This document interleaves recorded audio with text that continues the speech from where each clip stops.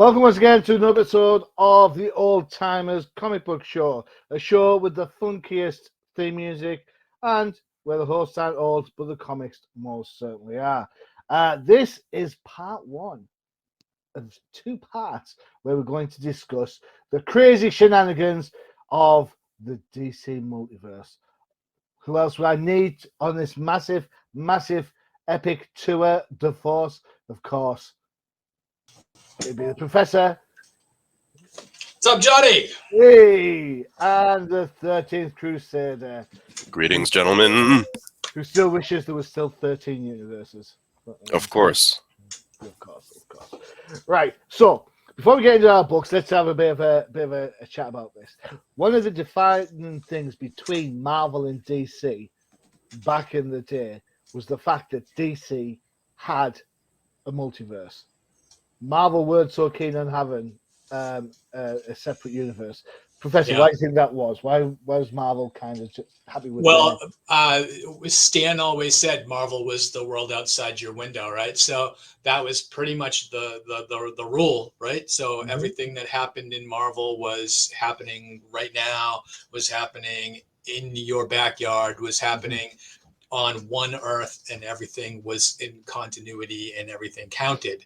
Right. And that, of course, we've kind of gotten away from that, of course. But DC was always when we separate the golden age from the silver age, we really are separating Earth 1 and Earth 2, right?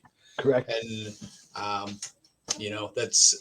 it's massively confusing, and as we jump in, I'm sure we will figure that out. But it's going to be, I think the next couple of episodes are going to be kind of fun. Easy peasy, Professor. Easy peasy. That's why I stick to Marvel, because I only want to get used to one multiverse. I don't like the Marvel stuff going on right now. So 13th, the multiverse, predominantly Earth 1 and Earth 2 for so long. Why? Professor's kind of hit the nail on the head. It separates Golden Age and everything else. Mm-hmm. Why do you think the Golden Age characters still had such an attraction? Well, I think that's a multi-part answer, because this was DC's answer to retain as many readers as possible, aka the generations of readers. So not to alienate anybody who was still around from the Golden Age during the Silver Age, this was a way to bring back the heroes from then and have them interact in the more Silver Age time and so on and so forth. So throughout time, DC has always been pretty much about its legacy. Yeah. And obviously they've had a much longer publication history than Marvel. So rather than lose all of that, it's easy to create this multiversal events or crossovers or stories set in different times as kind of an homage to yesteryear, or bring them into the forefront and interact with today's characters. So there's a lot of reasons for it, but that's, to me, pretty much what it means. I have a pretty good answer myself. Go for it. I think that when the Silver Age came about and we started seeing Barry Allen as a Flash, and we started seeing Hal Jordan Green Lantern, we had a lot of younger writers and artists coming up that wanted to tell stories about the heroes that they grew up on as kids. So that here they all come back. Roy Thomas is I mean, we're going to talk a lot about Roy Thomas the next couple of episodes, and I think that that his vision and his fandom really kind of brought back a lot of those Golden Age characters, just for the Justice Society specifically, but all those characters. It's a good tool for us readers too, because we obviously were not born during the Golden Age, but we know about it because of the multiverse, or the publishers and the creators keeping those memories alive. Cool. It's a great points all around. Do you think that the multiverse has become a bit of a nail on which to hang a story? What I mean by that is, it's kind of, the multiverse is an opportunity to do different things with very similar characters. That screams to me currently how so many books seem to be going right now, without being the kind of pigeonholed as a multiverse. I look at that at two different ways, right? Because I think originally it was meant as kind of a reset. However, the convenience of it then was for creators to tell their versions of stories where it couldn't be part of canon, like Mhm. etc. This person died, or this person would never interact with that other character, etc., etc. Today, now it's used more out of convenience, Mhm. Yep. and it's kind of like, let me get out of that corner I wrote myself into button that they hit, Yeah. and therefore it's another multiverse. So the problem with all of that is that it's become so convoluted that it's very, very difficult to keep up with. Where at least in days before with DC, they attempted to map out every Earth. They had Yeah. an explanation. If they would interact, this is why. So it was much better explained, and it was actually, believe it or not, a little more cohesive Mhm. to follow back then. Whereas now it's like your guess is as good as mine. Yep. Yeah, back then it was clearly identified. This is an Earth 2 story. This is Correct. whatever. Roy Thomas is the name that professors brought up. Roy Thomas, for those that aren't aware, is probably the comic book historian, stroke writer across Marvel and DC, with the probably exception of Marvel, specifically Mark Grunwald. hmm Roy Thomas was the guy that first started taking the writing aspects from Stan Lee, Yes. and his love was things like the Invaders and the Hmm. Justice Society across the different books. Roy Thomas, do you think comics need that kind of reverence that kind of shows regularly rather than just plow straight ahead, Professor? I think Roy Thomas is, I guess, quoting you, reverence to the golden age history of comics served him much better over at DC, where he could play with all of those characters that were around. Where in Mm-hmm. Marvel, you had Cap, Submariner, and Human Torch, really, Mm-hmm. and he did in Invaders, he did bring back, the All Winter Squad and all that Hmm. stuff. Um, so he kind of got to play a little bit in his playground there, but there was not nearly enough continuity in Marvel Mm-hmm. at the for the World War II era, really, than Yeah. there was over at DC, where he really kind of could come alive and really Mm-hmm. show what was going on in World War II, where everybody remembers Superman, Batman, and Wonder Woman were all published throughout the Yeah. war, where Marvel's characters weren't, right? They just Right. weren't published during the war. So I thought that whole thing was interesting. And Roy Thomas is also, I would say, a World War II historian too. So Yeah. a lot of the stories set in World War II are historically accurate, other than the fact that there's superheroes running around in there. I would Um, say to our audience that Roy Thomas, for those runs that Bud just mentioned with the Invaders and the All-Star Squadron, they're must read. Yes, they're wordy and what have you, but Roy Thomas is that bridge yeah, that you need to go through to really understand the different generations of heroes for Mm, yeah. either publisher. In for a sure. in All Star Squadron, he actually in Justice Society when he brought that back in whatever pages that was in. Um, he actually was building on stories that were originally published in the Golden Age, where you see zero creators ever harkening back to stories that were published in the 40s and 50s. Mhm. You just don't see it. Roy Thomas is one of the only people that do. It's interesting how you can go back and still mine that golden age era Mm, and kind of um, bring something new to the table around that. I yeah, think I think on the recent episode of No Prize, uh, Professor, you and I had a discussion of when creators leave books and clean slate versus not clean slate. yes, You know, Roy Thomas would be a great example of someone who doesn't care if the slate's clean or yeah. not. He's going back anyway, right? Yep. Yeah. Well, he's gonna bring it back, and he's gonna revamp and redo Yeah, and refresh. Really, if that's what you want to call it, he that's a good refreshes a shout. Yeah, character. I mean, I look Um, at Vision, for example. What he did with Vision, of right? course, yeah. yes. Yeah. I view what he did as kind of a documentary slash re-dramatization of things that happened during the Golden Age, right? Because Yeah. along with his stories, he wrote them so well that the artists were able to give us a different look hmm at what Mm, actually happened and the behind the scenes events that occurred, such as in All-Star Squadron, especially, mhm, right, where we hear stories of the past, but from a different angle Yeah. mm. and much more thoroughly explained. So that's what Roy Thomas has done. Again, I can't stress enough to readers out there that when you want to read something older, and you want to learn the history of things, You can't go wrong with Roy Thomas. There's no doubt about that. Yeah, Yep. just sitting for the long haul if you're reading Justice Society versus America. Yep. Of course, that's got more words in than Encyclopedia Britannica, but Mhm. Right. still, it's fine. I All would right. say, yeah, I would say, and I would say the current are not even current anymore, but I think Johns would be Roy Thomas on steroids. You know, Yeah, Mhm. yeah, just kind yeah. of revamping characters and kind of explaining things to us. It's funny how you mentioned Jeff Thomas in this conversation because Jeff Johns, sorry, he because obviously working on Justice Society, Mhm. Green Lantern, The Flash. Yep. You know, these are the type of books that Thomas made his name on, and you Yes. know, Jeff Johns has been a prolific writer for DC for a number of years. So yeah, definitely it's a good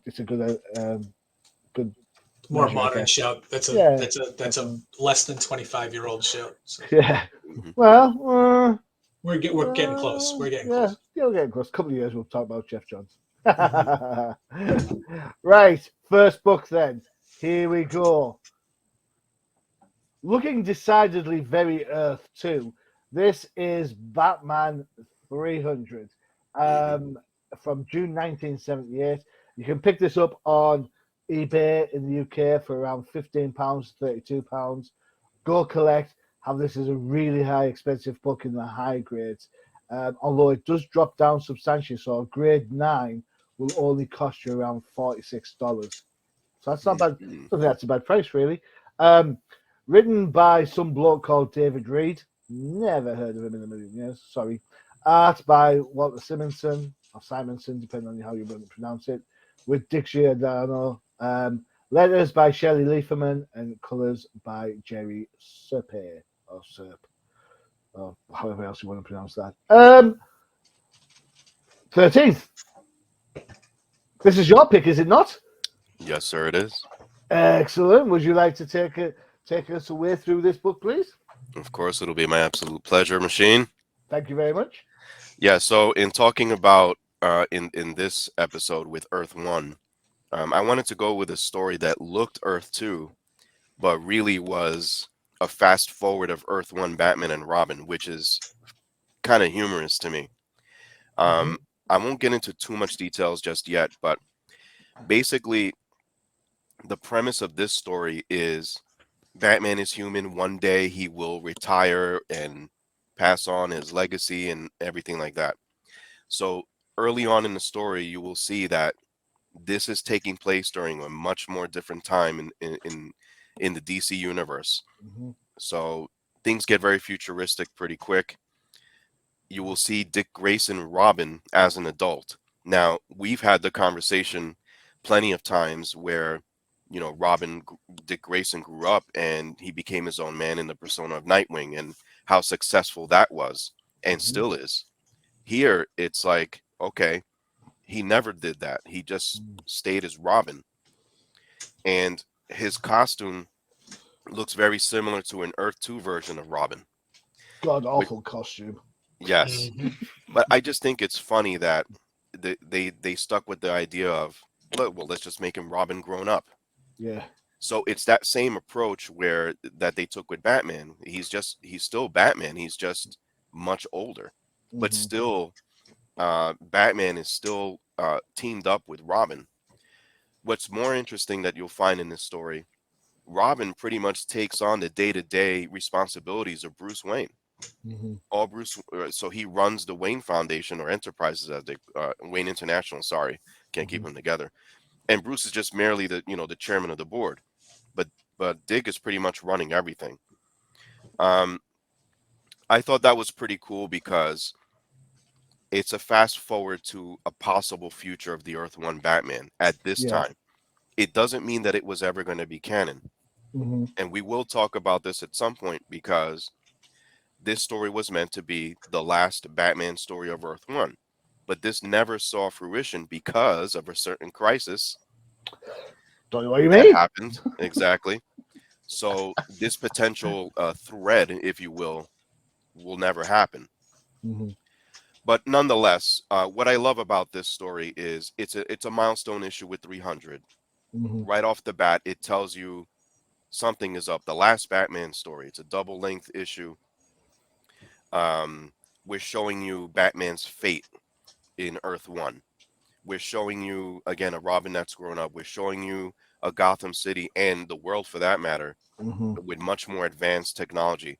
But more importantly, it's a detective story, which is what Yes. Batman and Robin is all about.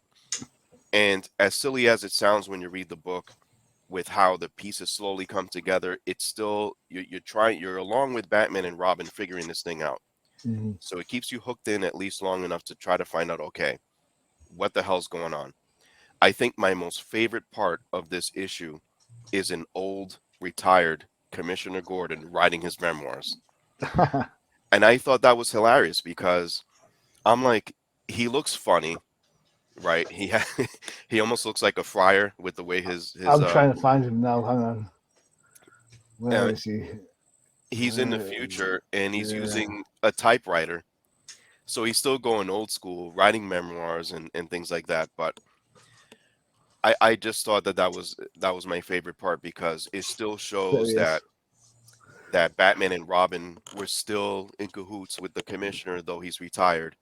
Yeah. And I think that's an awesome idea that the commissioner, when he retires, just like, let me write a memoir. He'll make millions of dollars writing his stories of the criminals of Gotham and how to deal with them alongside Batman and Robin. But I don't want to spoil too much of the contents of the books. I think that as a Batman fan, I think this is something that you may want to look into, strictly because it's a what if you want, in the DC universe of the Earth 1 Batman during this pre-crisis.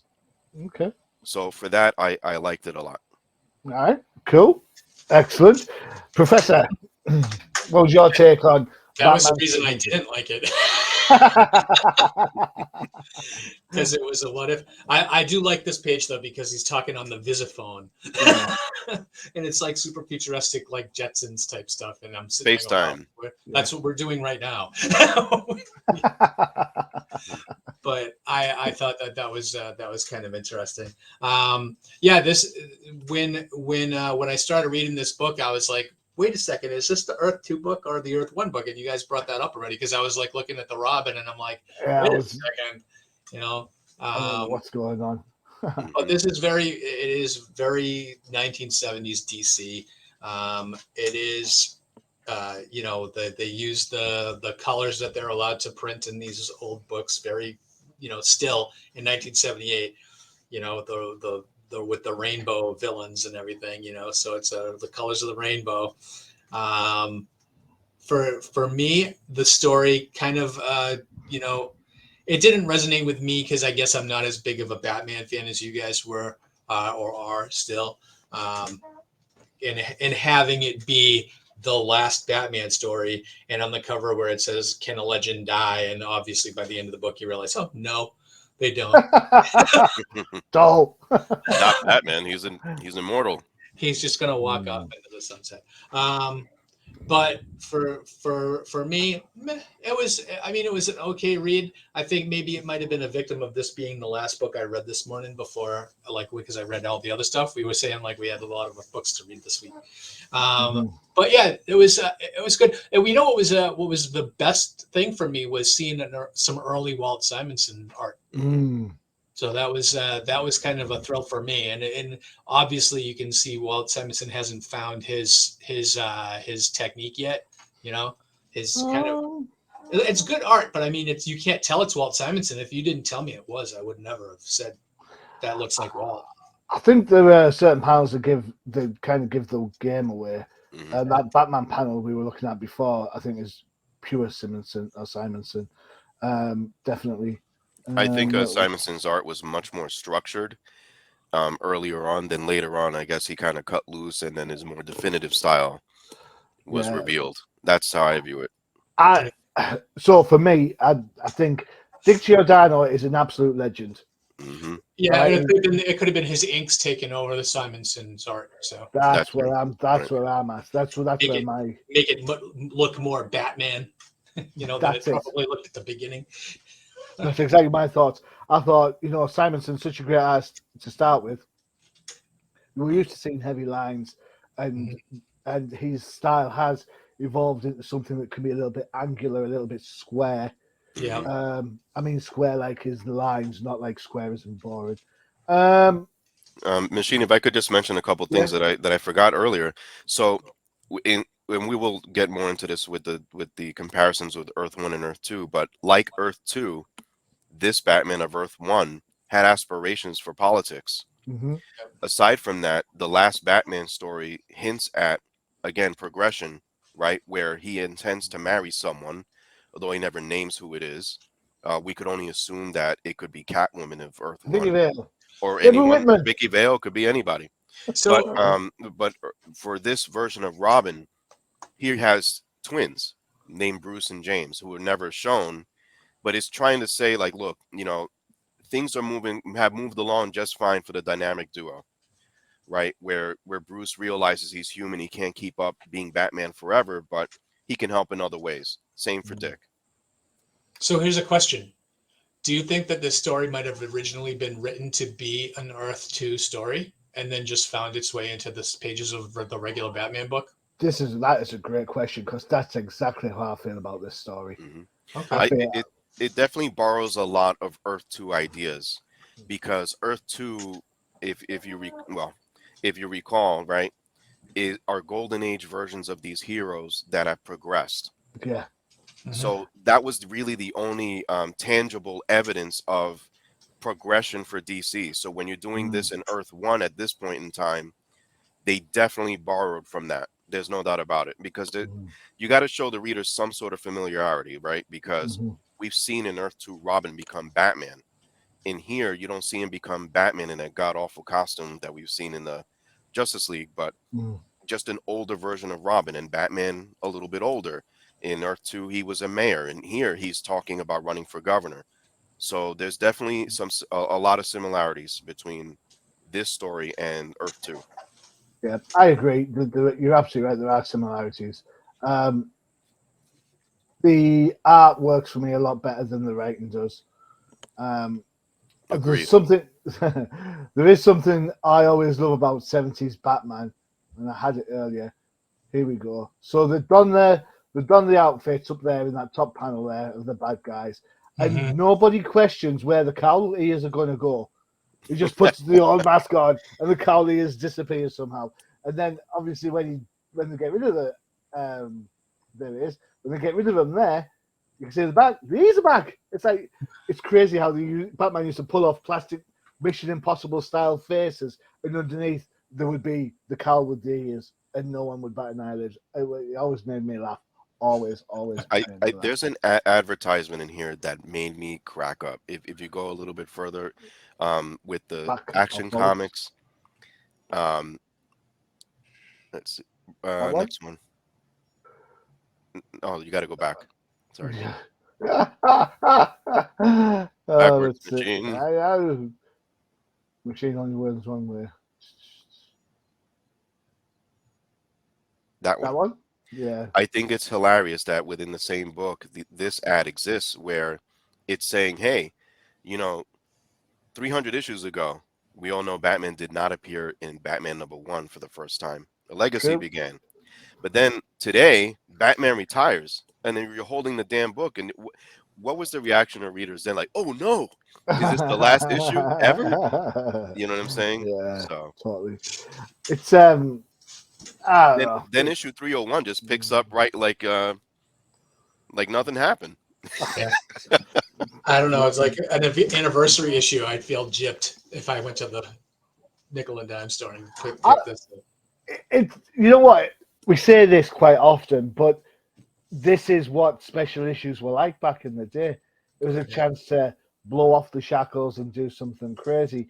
Hmm. I think obviously none of us were there, right?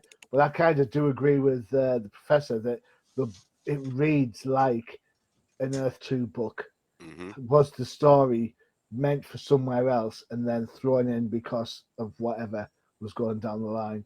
Well, Um, we all know that they commissioned stories to be written and that ended up in the drawer and never yeah, used. And then Hmm. you're at a deadline crunch, and all of a sudden these stories come out of the woodwork, yeah. and get retooled, which that to me looks like maybe if someone found it in a drawer and retooled it a little bit, This um, is to me an Elseworlds story before there was Elseworlds. yeah, for sure. Oh, I love Elseworlds. Mhm. Don't get me started on Elseworlds. So what do we call this? The other worlds, or I don't know. Um, The I worlds that could have been. I don't know. I honestly, I don't know. What we can't call it a what if, can we? I hope nobody quit collecting because of this issue. Like, oh, 300 Batman books. Whew, Yeah, but now my well, I'm budget good is now. saved. Yeah. I know the last story. Why do I need to read the stuff in between? Could I call it? Could I call it the thank God it didn't happen? Yeah. Thank goodness for Crisis. Yeah.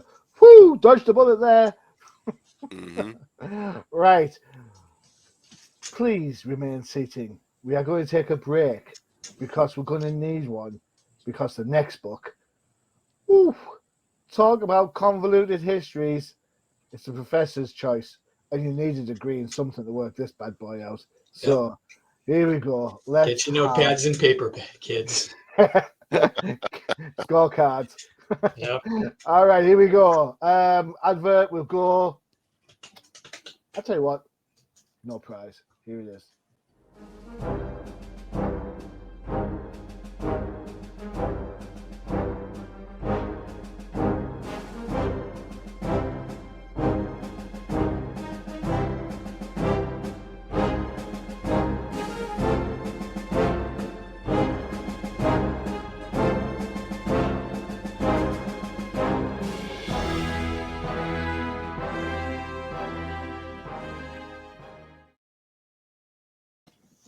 There you go. No Price Podcast airs on alternative weeks to TDC. It airs the day before the Old Timers. So you know you get it. You get your modern stuff on a Tuesday. You get us on a Wednesday. What more could you want? Yeah. Oh no, couldn't want anything else. I'd say this is Professor's schedule because we all know Professor prefers the old books than the newer ones. That's very, very true. Very, very true. I love me my old stuff. All right. And on that note, right. Okay. Buckle up. For some reason, I don't know if we've annoyed him. I don't know if I've said too many bad Marvel jokes or whatever. But for the the Earth One book that that the professor has chosen, he's picked the most convoluted hero of all time. There's not enough bat pills for this one, Machine. There is not. There is not. We are talking about Hawkman and the Hawk World series from 1990. This book is an acquired taste, to say the least. You can pick up number one on eBay between the prices of £1.25 and £3.30. And Go Collect has this down at 9.6 at a massive $4. Mm. This is a quarter bin book if you've never seen one. Yeah. Is this the lowest valued book we've ever reviewed? It's got to be. I don't know. I picked the Champions book, so what do I know? John Ostrander is writing with Timothy Truman, Graham Nolan, all early Graham Nolan. Yes. Pencils on here, letters by Tim Harkins, and colors by Sam Parsons. Professor, take it away. Yeah, I don't know where do you want me to take it. Take it to Hawkworld, sir. So this is the post-crisis, I guess, attempt at revamping Hawkman. Now before we got Hawkworld #1 here, we had the Hawkworld Limited series, right? That was Tim Truman. Yeah. And so I kind of think maybe he just kind of got plotting credit on this, but this really kind of established or reestablished Hawkman into the DC universe for the modern age, where they kind of re-envisioned him as an alien policeman, so to speak, for Thanagar, and the difference here that we hadn't seen quite, I don't think, before is Hawkman and Hawkgirl on Thanagar doing Thanagar stuff, right? Mm. Kind of reintroduced the, just the whole concept of what Thanagar is as a planet, established like where they are, kind of in the overall galaxy and universe. Introduced this character here that I can't quite remember his name. Is it Bith or something like that? Something like that, yeah. Obviously just kind of introduction. They don't meet each other. That's the only scene really that appears on Earth, right? The rest of it is on Thanagar. So we know Hawkman and Hawkgirl are coming to Earth, but we see the difference here. They try to create a little bit of drama between the man now known as Qatar Hall and Shiera Thal. Just try to give them an alien type name. But we see a little drama here where Shiera is actually recruited to spy on Qatar because they think Qatar is too much of a goody guy. It's like the X-Files. It is one's Mulder, one's Dana. You're absolutely right. And so this would have been X-Files before X-Files was out. The truth was out there. Right. So the nice panel that I liked for the artwork was right towards the end of the book where Shara socks Qatar right before. That one. There you go. Oh yeah, I kind of like that panel there. The rest of the book is actually kind of quite forgettable. And it's kind of funny that they're on Thanagar, but the rooms that they're in look very much like Earth. The couches and, they have a little space age lamps, but, who didn't have a lamp like that? Wouldn't they be called nests? Yeah. Could be. Yeah, like the Airy. Yeah. Mm-hmm. And at the end of this book, you see them heading towards Earth. But the interesting thing for me, and this is why I picked Hawkman, was because of his convoluted history and just the kind of interesting routes they take with him and the lengths that other writers go to try to explain everything away instead of saying like we talked earlier on No Price, Johnny, was that they just forget those runs ever happen, right? That would never happen here in DC where you have to try and explain together. Yeah. And this is I guess a victim really of Golden Age, Silver Age, post-crisis, right? And then trying to put everything back together because the writers maybe liked some of the stories in the Golden Age, some of the stories in the Silver Age, and then post-crisis, what stories still count, what stories don't count anymore, and this is really an attempt at trying to not really tie everything together, but this is trying to take Hawkman in a new direction, right? Using an established villain. Ken Jarreau had appeared previously in Justice League, right? Yeah, he had. He's kind of like he's like the go-to space alien bad guy. In the DC. Yeah. If anything shady is going on in space, Ken Jarreau's the guy. And if you didn't know he was a villain, they did the classic on the next page. I think they did the classic Kirby, his yellow crooked. That's how you know he's a bad guy. so of course. I thought it was interesting and funny. But this whole different origin story. This led to 10 more years down the road, a total revamping of Hawkman, and like melding all of the different origins into one feasible origin. And we talked about Jeff Johns earlier, and it was just Jeff Johns that redid it. But and those don't last very long because then of course they jump into the New 52, and nothing that came before counts, and hit the reset. I think the New 52, it's everything that counts again. They use the whole reincarnation angle to make every of his past lives seem viable. But if there's interaction with the DC universe, you're right, it does sound a bit wonky.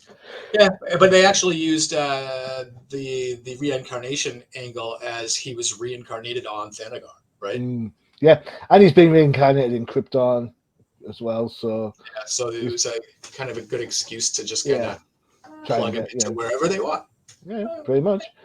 Yeah, So interesting stuff. I do think that this is very reminiscent of the time, and every time we go into the time periods of when we were reading comics, this very much reminded me of 1990s mm, DC in Marvel, to tell you the truth, because it was around this time that DC was just throwing a ton of stuff at the wall, right?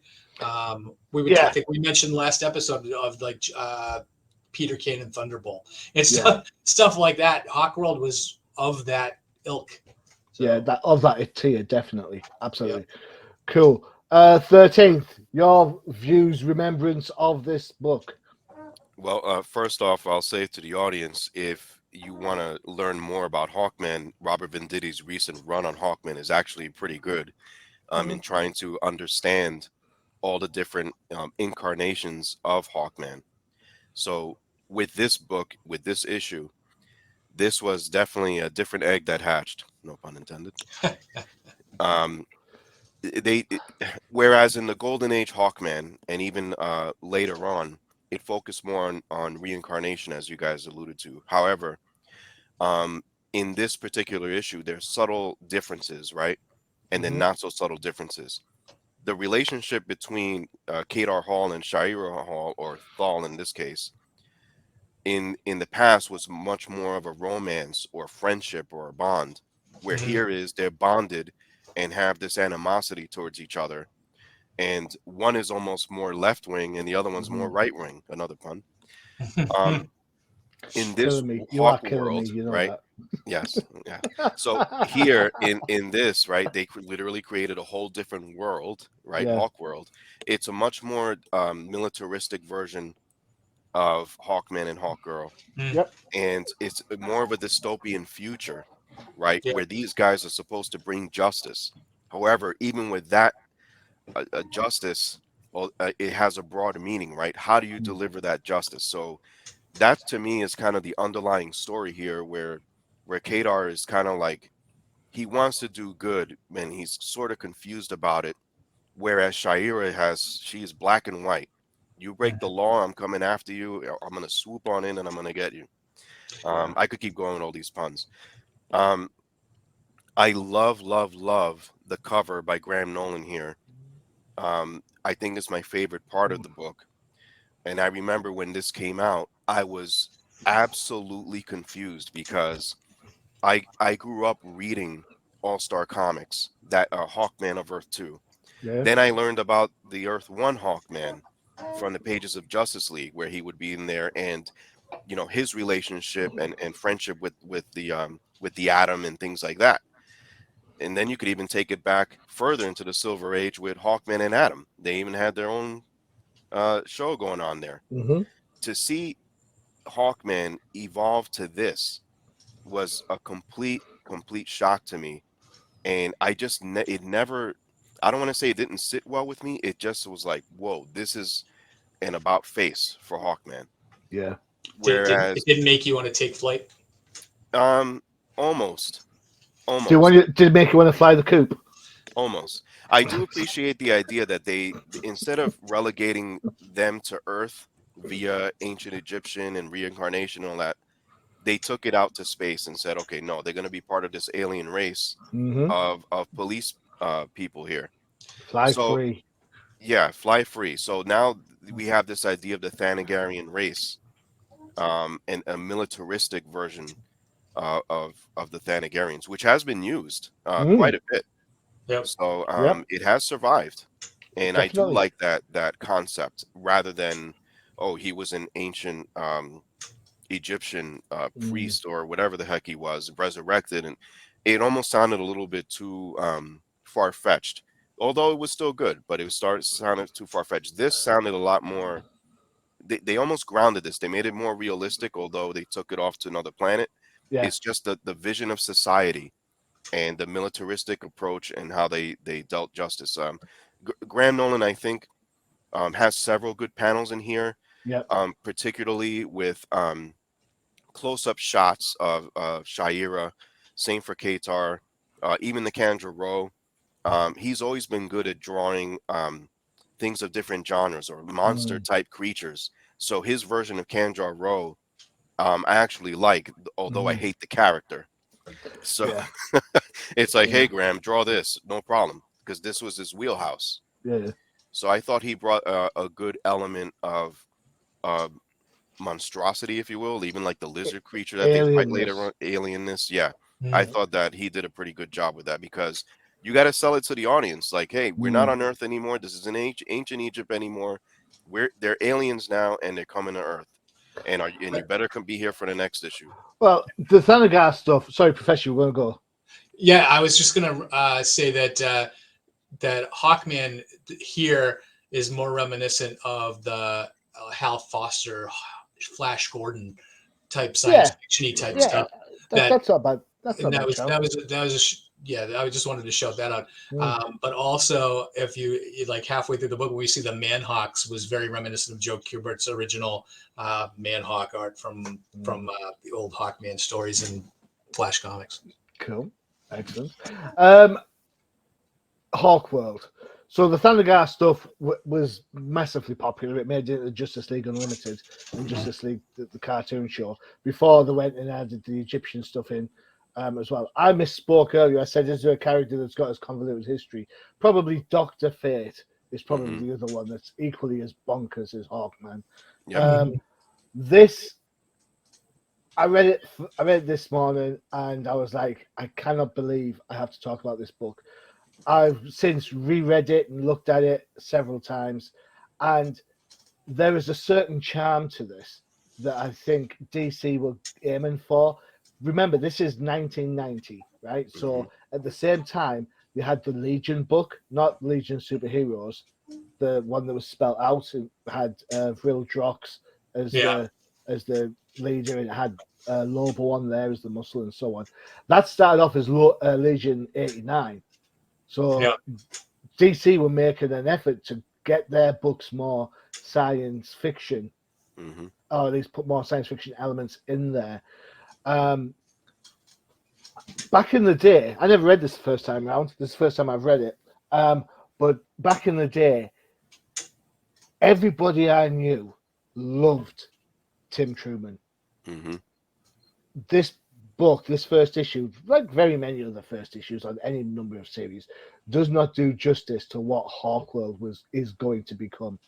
I mean, this book lasts for like something like 50 issues or something crazy like that. It goes on a while, and it just becomes so much. As I said at the start, it's an acquired taste. I love the fact that the characters aren't lovers; they're not friends. They don't like each other. Shair is pretty much on this panel here saying Hawkworld is where the strong prey on the weak, and that's pretty much that kind of antagonistic approach that they have. Graham Nolan, I'm not saying this is his first book, but it's certainly early on doors. And when you think about how well he looks on Batman and Detective Comics down the line, it's hard to say it's the same bloke. Professor, I agree. This panel here where she's giving him the old right hook is pretty damn solid. Some of the rest, the aliens look alien. Could there be better backgrounds? Maybe, I don't know.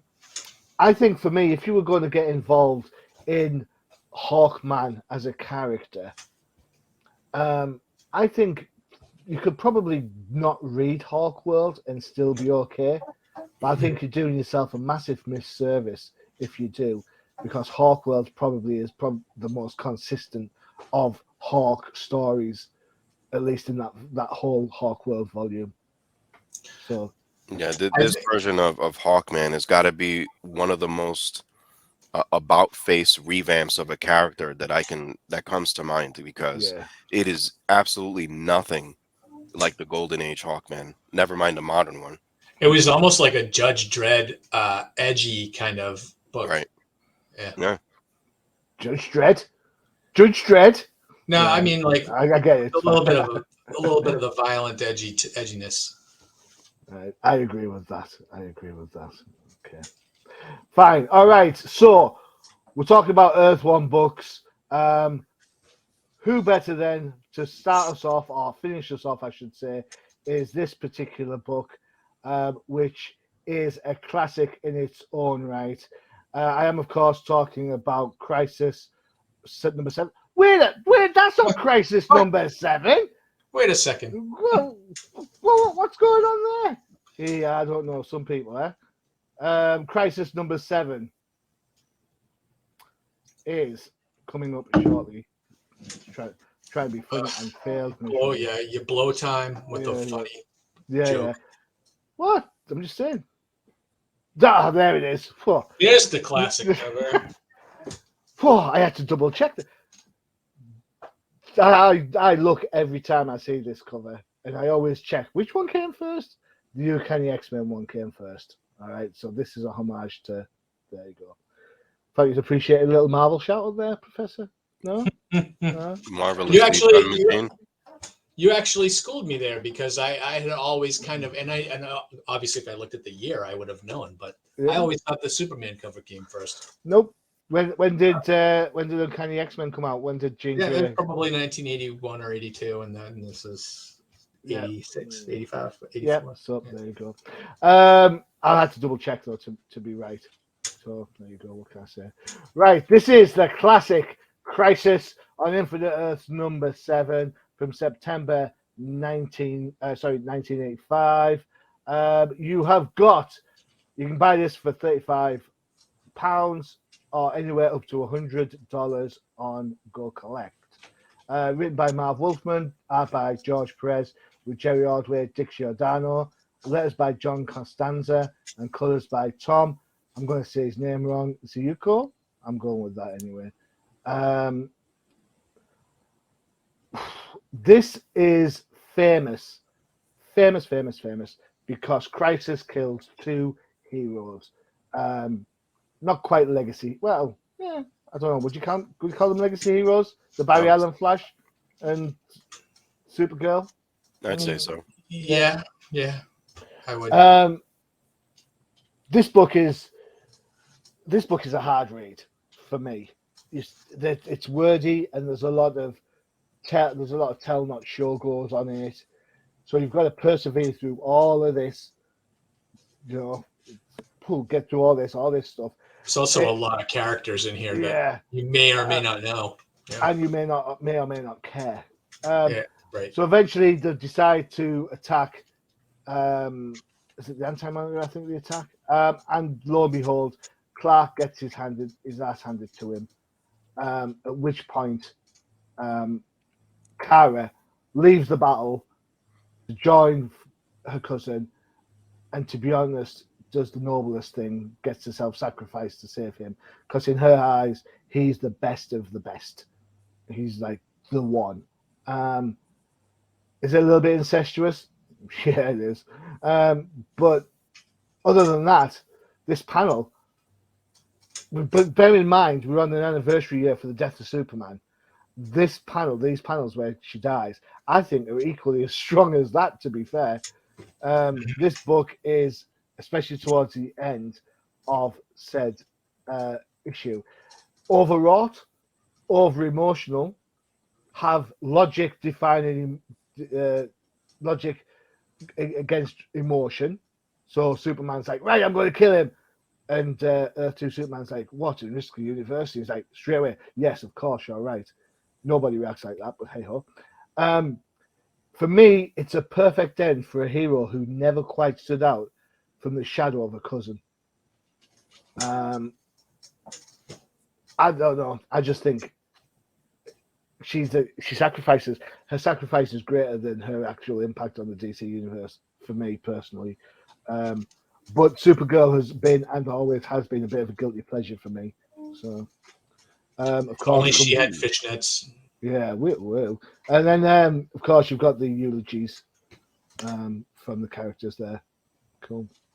And off she flies to the sun. It should have been Cal. Yeah, it should have been Cal. Damn you.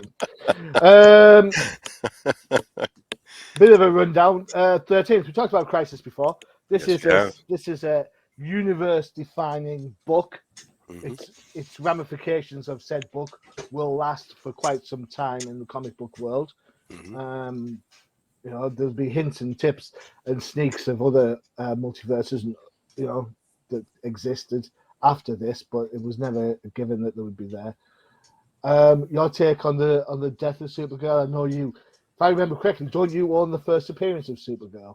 Yes, I do, sir. Yeah. Yes, I do. Um, let's see how I can cover this. So, like I said earlier, the multiverse was used in this particular case to kind of reset things in DC, where they had all of these different tangents of worlds and different characters, which really were originally came from other publishers DC acquired. How do we get them all to work together? We're going to create a massive event to literally fuse it all into one cohesive new Earth.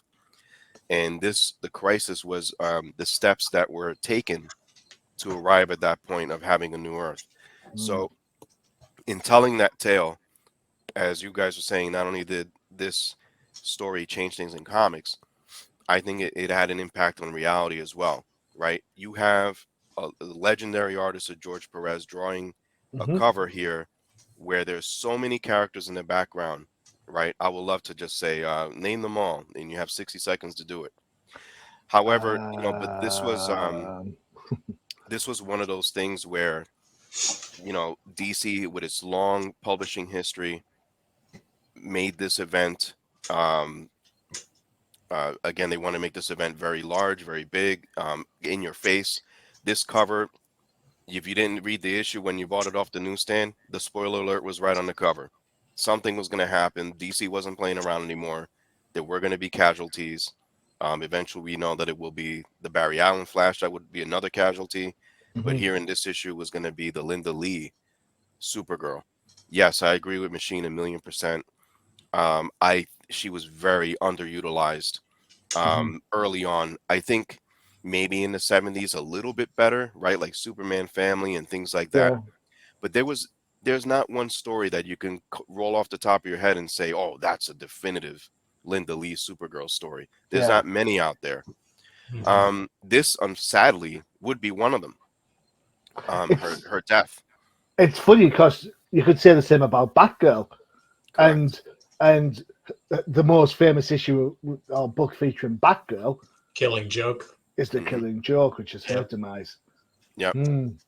So Curious.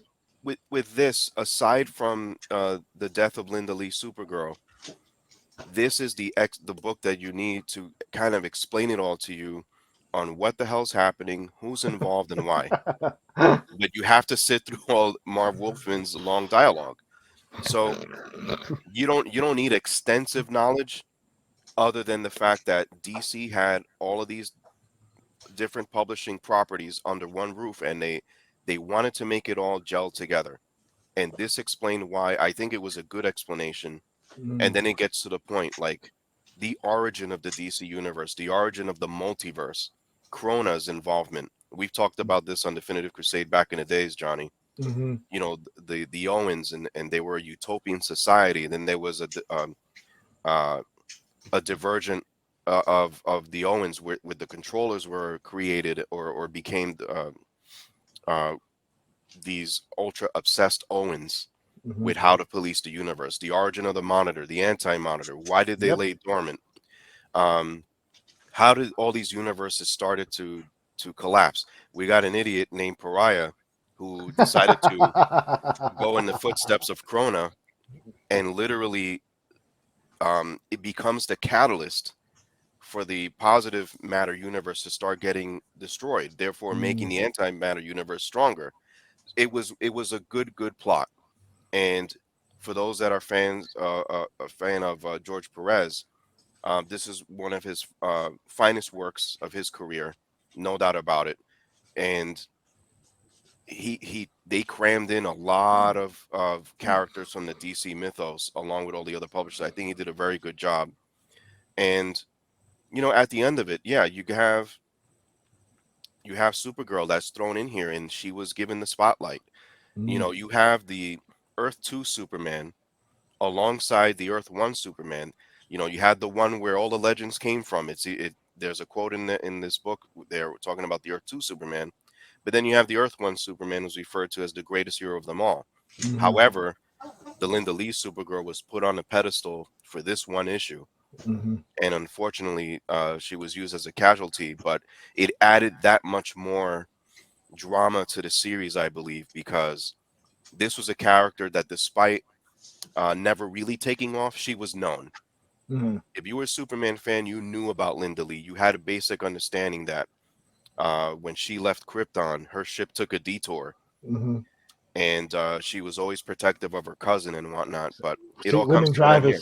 women drivers. What can I say? I think the final page is pretty touching because, despite of however you feel for the Linda Lee Supergirl, I think it was a good send off, Yeah. and kind of saying to the fans like, look, we're not playing around. This event is for keeps, and our heroes will be impacted. You will be impacted as the readers, and we're not done yet. Mm. We're telling you this is a 12-part series. Here's part 7. There's another 5 issues to go, Yeah. We're not and done. we're not done at all. We're just getting started, and this is what made things different with the miniseries of back then. And again, this is a must-have in any DC Comics or comic book fan in general collection, is to have the Crisis on Infinite Earths on hand. Cool. Good shout, Professor. The only thing I really will add is just to talk about that cover, because I think that that is probably one of the most iconic covers in comics for 1985. And I mean, there's a reason that I thought that that was the original and not a homage to the X-Men, but just that comic alone got me interested in DC Comics and what's going on over there. What's this Crisis? When I picked up Crisis on Infinite Earths, I had no idea about Earth 1, Earth 2. This was a primer for me. And then this book in particular with Perez's art, and I was amazed at how he could keep all these characters straight and looking different. Like each character looks distinct. And then this book in particular, where Supergirl, if you didn't really know her and you would just kind of think she was kind of a copy of Superman, which kind of she is, but to have her act so nobly and heroically to save her cousin, and actually put on a pretty good showing there against the Anti-Monitor, right? And then, at the end, you kind of knew it was coming because everybody saw the cover, right? So to me, it was just as emotional a read as anything I've ever read on the page. So good job to both of them.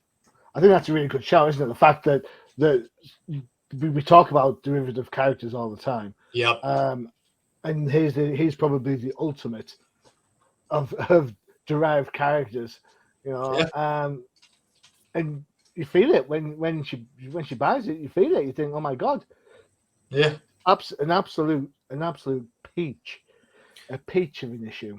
I think there's a panel in here when all the heroes of all of the Earths that are left, there's 5 Earths that are left, and when they arrive to the Anti-Monitor's lair, if you will, the anxiety level starts to go up, because if you see the group of characters involved, it's like a double splash page. They it's the most powerful members of each of their respective Earths that are about to that page tackle something they've never seen before. But I just think that years later we wouldn't see it yet, but until years later we would see something similar in Infinity Gauntlet, where you would have Thanos with the gauntlet on something of a similar structure, also drawn by Perez. So I'm just talking about, kind of like the background setting for these universal battles of heroes and, these universal threats. Seeing this at this moment, again, raised the anxiety level. But then when I read Infinity Gauntlet years later, I'm like, similar. Better or worse? Or just different? It's different. Different. All right, It's leave it different there, then. because it's different because here they played for keeps. Yeah. Whereas Infinity Gauntlet, heroes died, but then at the snap of a finger were brought right back. Yeah. Okay. Exactly. Right, there you go. That's it for this episode. What a great way to end out a multiverse episode and talk about Earth 1. than the death of Supergirl, who essentially Crisis destroyed the multiverse. So what an absolute peach of an ending on that one. Good job, Pariah, you idiot. There is a second part. Go look for it, where we will talk about Earth 2 and their counterparts to this show. So go look for that. It'll be in a couple of weeks. Just saying. Don't forget to check out UCPN for all your favorite shows, including Professor. No Prize Podcast, all about the MCU, Disney Plus, and hey, we talk some comics too. Yeah, comics. And don't forget to check out the Definitive Crusade for all your DC know-how and whatchamacallit.